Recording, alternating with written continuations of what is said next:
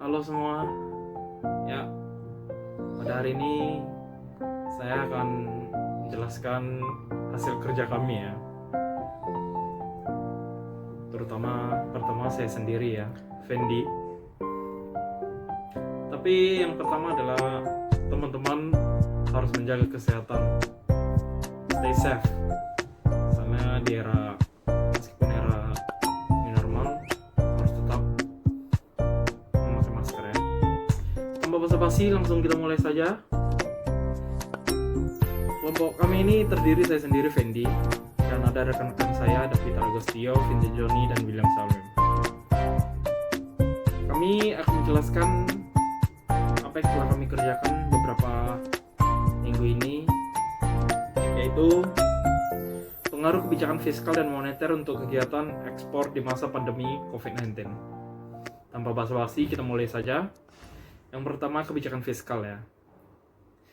Kebijakan fiskal itu adalah suatu kebijakan ekonomi yang mengarahkan kondisi perekonomian ke arah yang lebih baik. Ya, betul.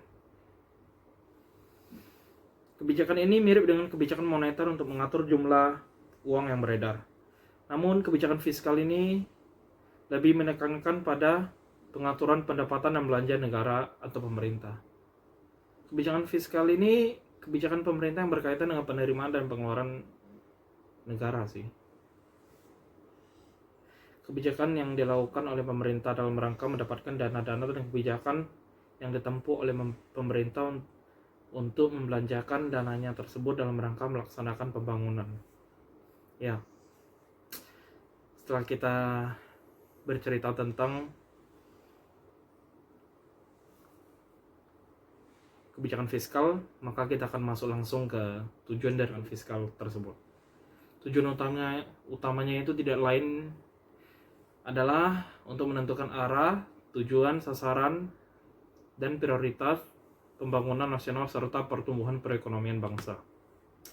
Namun ada juga tujuan-tujuan lainnya dari kebijakan fiskal ini sendiri, yaitu untuk mencapai kestabilan perekonomian nasional, memacu pertumbuhan ekonomi, mendorong laju investasi. Ada juga mewujudkan keadilan sosial sebagai wujud pemerataan dan pendistribusian pendapatan. Ya, seperti itu.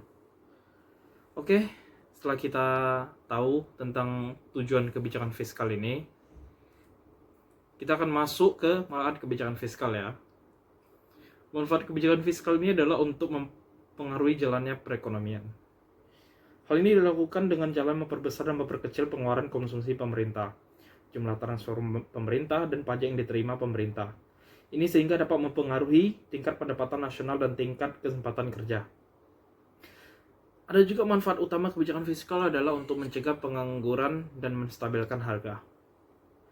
Implementasinya untuk menggerakkan pos penerimaan dan pengeluaran dalam anggaran pendapatan dan belanja negara atau disebut APBN. Dengan semakin kompleksnya struktur ekonomi perdagangan dan keuangan, maka semakin rumit pula cara penanggulangan inflasi. Oke, yang kemudian kebijakan fiskal dari sisi penerimaan dan pengeluaran. Kebijakan fiskal seimbang merupakan kebijakan yang membuat antara penerima dan pengeluaran menjadi sama jumlahnya. Salah satu kelebihan dari kebijakan fiskal seimbang yaitu negara tidak perlu meminjam dana dari pihak dalam negeri maupun luar negeri. Sedangkan kelemahannya itu kondisi perekonomian akan menjadi terpuruk apabila keadaan perekonomian negara dalam kondisi tidak menguntungkan. Kebijakan fiskal surplus merupakan kebijakan yang mana jumlah pendapatan harus sedikit lebih tinggi dibandingkan dengan jumlah pengeluaran. Kebijakan fiskal ini merupakan cara untuk menghindari inflasi. Kebijakan fiskal defisit yaitu kebijakan yang berlawanan dengan kebijakan surplus. Berarti jumlah pendapatan lebih rendah dari jumlah pengeluaran. Beberapa kelebihan dari kebijakan fiskal ini adalah bisa mengatasi kelesuan dan depresi pertumbuhan perekonomian. Sedangkan untuk kekurangannya yaitu anggaran negara selalu dalam keadaan kekurangan. Oke. Kemudian kebijakan fiskal dinamis, yaitu suatu kebijakan yang mirip dengan kebijakan fiskal seimbang, namun dengan ditambah improvisasi, yaitu sama besar jumlahnya, tetapi seiring waktu kedua-duanya akan bertambah besarnya. Kegunaan dari kebijakan ini adalah menyediakan pendapatan yang bisa untuk memenuhi kebutuhan pemerintah yang bertambah seiring berjalannya waktu. Oke, kemudian kebijakan moneter, yaitu kebijakan yang diambil oleh Bank Sentral atau Bank Indonesia dengan tujuan memelihara dan mencapai stabilitas nilai mata uang yang dapat dilakukan antara lain dengan pengendalian jumlah uang yang beredar di masyarakat dan penetapan suku bunga. Kebijakan moneter meliputi langkah-langkah kebijakan yang dilaksanakan oleh Bank Sentral atau Bank Indonesia untuk dapat mengubah penawaran uang atau mengubah suku bunga yang ada dengan tujuan untuk mempengaruhi pengeluaran dalam perekonomian. Di sini saya akan membahas slide 7, yaitu tujuan kebijakan moneter. Tujuan akhir sebuah kebijakan moneter adalah suatu kondisi ekonomi makro yang ingin dicapai. Tujuan tersebut tidak sama dari satu negara dengan negara lainnya, serta tidak sama dari waktu ke waktu. Tujuan kebijakan moneter tidak statis, namun bersifat dinamis, karena selalu disesuaikan dengan kebutuhan perekonomian suatu negara. Akan tetapi, kebanyakan negara menetapkan 4 hal yang menjadi tujuan dari kebijakan moneter, yaitu yang pertama, pertumbuhan ekonomi dan pemerataan pendapatan. Yang kedua, kesempatan kerja. Yang ketiga, kestabilan harga. Dan yang keempat, keseimbangan neraca pembayaran. Dan yang di slide 8 saya akan membahas kebijakan moneter dan investasi. Instrumen kebijakan moneter untuk meningkatkan investasi antara lain adalah tingkat suku bunga nilai tukar uang, cadangan atau proporsi simpanan yang harus dipertahankan bank sebagai cadangan dan pengendalian inflasi. Kebijakan moneter dapat bersifat ketat, akomodatif atau netral, atau di suatu tempat di antaranya. Ketika ekonomi tumbuh terlalu cepat dan inflasi bergerak secara signifikan lebih tinggi, Bank Sentral dapat mengambil langkah-langkah untuk mendinginkan ekonomi dengan menaikkan suku bunga jangka pendek, yang merupakan kebijakan moneter yang ketat atau ketat sebaliknya. Ketika ekonomi lamban, Bank Sentral akan menerapkan kebijakan akomodatif dengan menurunkan suku bunga jangka pendek untuk merangsang pertumbuhan dan membuat ekonomi kembali ke jalur semula. Dampak kebijakan moneter terhadap investasi secara langsung maupun tidak langsung. Dampak langsungnya adalah melalui tingkat dan arah suku bunga. Sementara efek tidak langsungnya adalah melalui ekspektasi tentang kemana arah inflasi. Baiklah, selanjutnya akan dijelaskan oleh Vincent. Terima kasih. Kita masuk ke instrumen kebijakan moneter. Yang pertama, kebijakan operasi pasar terbuka. Operasi kebijakan pasar terbuka itu adalah salah satu kebijakan yang diambil Bank Sentral untuk mengurangi atau menambah jumlah uang beredar. Kebijakan ini dilakukan dengan cara menjual sertifikat Bank Indonesia atau yang dikenal dengan SBI, atau juga membeli surat berharga di pasar modal. Kemudian yang kedua, kebijakan diskonto. Kebijakan diskonto adalah pemerintah mengurangi atau menambah jumlah uang yang beredar dengan cara mengubah diskonto bank umum. Jika Bank Sentral memperhitungkan jumlah uang yang beredar telah melebihi kebutuhan atau gejala inflasi, Bank Sentral mengeluarkan keputusan untuk menaikkan suku bunga. Dengan menaikkan suku bunga itu akan merangsang keinginan orang untuk menabung. Yang ketiga, kebijakan cadangan kas. Bank Sentral dapat membuat peraturan untuk menaikkan atau menurunkan cadangan kas atau yang dikenal dengan cash ratio.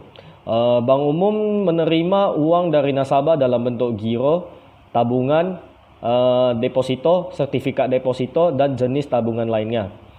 ada persentase tertentu dari uang yang disetorkan nasabah dan itu tidak boleh dipinjamkan. Kemudian yang keempat itu kebijakan kredit ketat. Kredit itu tetap diberikan untuk bank umum, tetapi pemberiannya harus benar-benar berdasarkan pada syarat 5C. 5C itu yaitu character, capability, collateral, capital, dan condition of economy. Itu 5C ya. Dengan kebijakan kredit ketat itu jumlah uang yang beredar dapat diawasi. Habis itu langkah-langkah kebijakan ini biasa diambil pada saat ekonomi sedang mengalami gejala inflasi. Kemudian yang terakhir itu kebijakan dorongan moral. Bank sentral juga dapat mempengaruhi jumlah uang beredar dengan berbagai pengumuman, pidato, dan edaran yang ditujukan pada bank umum dan pelaku moneter lainnya. Isi pengumuman, pidato, dan edaran dapat dapat berupa ajakan atau larangan untuk menahan pinjaman tabungan ataupun melepaskan pinjaman. Kemudian sekarang kita masuk ke ekspor di masa COVID-19. Yang pertama, apa itu ekspor? Secara singkat ya, ekspor itu adalah perdagangan dengan cara mengeluarkan barang dari dalam ke luar wilayah, dari suatu negara ke negara lain, dengan memenuhi ketentuannya yang berlaku. Kemudian yang kedua, dampak perekonomian Indonesia saat ini. Dampak perekonomiannya itu pastinya ada sisi positif dan negatif ya di masa COVID ini. Kalau yang di sisi pertama yang di sisi negatif, jelasnya itu berdampak negatif pada sektor investasi, kemudian perdagangan, usaha mikro dan usaha mikro kecil dan menengah atau yang disebut dengan UMKM, dan juga wisatawan yang utama ya, wisatawan atau turis itu yang pastinya mulai mengurang, dan itu jika yang berkunjung atau wisatawan itu berkurang, maka omset UMKM juga otomatis menurun. Itu dampak negatif ya, di sisi negatif. Kemudian kalau di sisi positifnya, itu di sisi lain corona itu tidak juga berdampak negatif ya.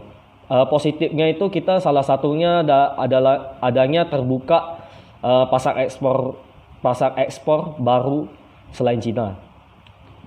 Selain itu peluang memperkuat ekonomi dalam negeri.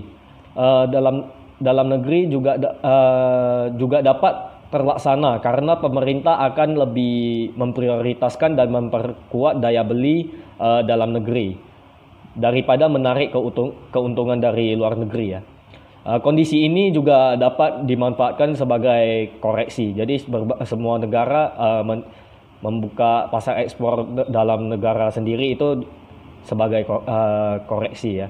Koreksi agar investasi bisa lebih stabil meskipun perekonomian global itu sedang berkurang. Kemudian yang ketiga, langkah-langkahnya atau kebijakan strategisnya itu apa untuk mengatasi kegiatan ekspor di masa pandemi COVID-19 ini. Langkah-langkah yang pertama itu kita melakukan realokasi atau refocusing anggaran hal ya, seperti anggaran hal ini dilakukan melalui program bantuan untuk pasar rakyat dan dalam menangani dampak COVID-19. Kemudian langkah-langkah yang lainnya, yang kedua, menjaga stabilisasi harga dan jaminan stok barang kebutuhan pokok. Di antaranya melalui deregulasi kebijakan terkait pangan dan menjamin kelancaran distribusi barang kebutuhan pokok.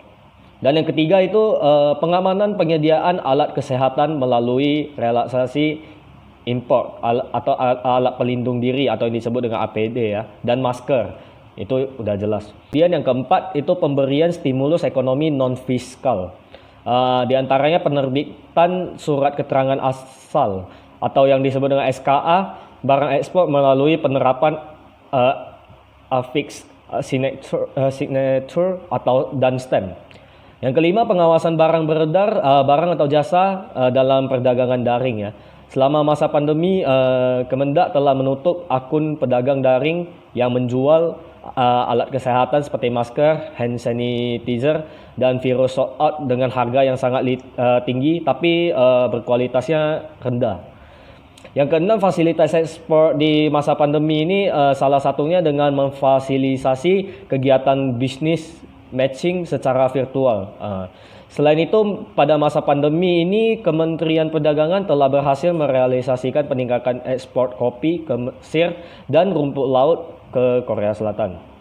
Dan yang terakhir itu pemanfaatan forum kerja kerjasama perdagangan internasional seperti forum G20. Kemudian slide selanjutnya kesimpulan analisis dan rekomendasi ya.